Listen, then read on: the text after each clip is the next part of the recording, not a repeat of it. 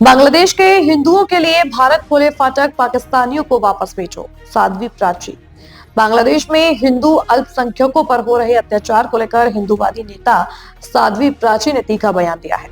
उन्होंने भारत सरकार से मांग की है कि बांग्लादेश की सीमा के फाटक खोलकर वहां के पीड़ित हिंदुओं को हिंदुस्तान लाया जाए। साथ ही भारत में रह रहे अवैध बांग्लादेशी और पाकिस्तानी नागरिकों को देश से बांग्लादेश भेजा जाए। मुजफ्फरनगर में मीडिया से हुई बातचीत में साध्वी प्राची ने कहा कि बांग्लादेश में हिंदुओं पर हो रहे हमलों और हत्याओं को लेकर उन्हें गहरा दुख और आक्रोश भी है। उन्होंने आरोप लगाया कि जो नेता गाजा पट्टी जैसे मुद्दों पर मानवीयता की दुहाई देते नजर आते हैं, वे बांग्लादेश के हिंदुओं के साथ हो रही हिंसा पर खामोश बैठे हैं। उन्होंने तीखे शब्दों में कहा कि हिंदुओं के मारे जाने पर ऐसे नेता बेसुध हो जाते हैं और उन्हें कोई पीड़ा नहीं होती। हिंदूवादी नेता ने केंद्र सरकार से अपील करते हुए कहा कि भारत को अपने हिंदू भाइयों और बहनों की रक्षा के लिए ठोस कदम उठाने चाहिए।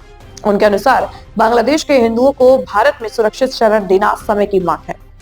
इसके साथ ही उन्होंने यह भी कहा कि भारत में अवैध रूप से रह रहे बांग्लादेशी और पाकिस्तानी नागरिकों के खिलाफ सख्त कार्रवाई करते हुए उन्हें देश की सीमा से बाहर भेजा जाना चाहिए या भी बांग्लादेश भेज दिया जाए। राष्ट्रीय स्वयंसेवक संघ प्रमुख मोहन भागवत द्वारा बांग्लादेश में हिंदुओं को लेकर दिए गए बयान का समर्थन करते हुए साध्वी प्राची ने कहा कि हिंदू एक रहेगा तो सुरक्षित रहेगा।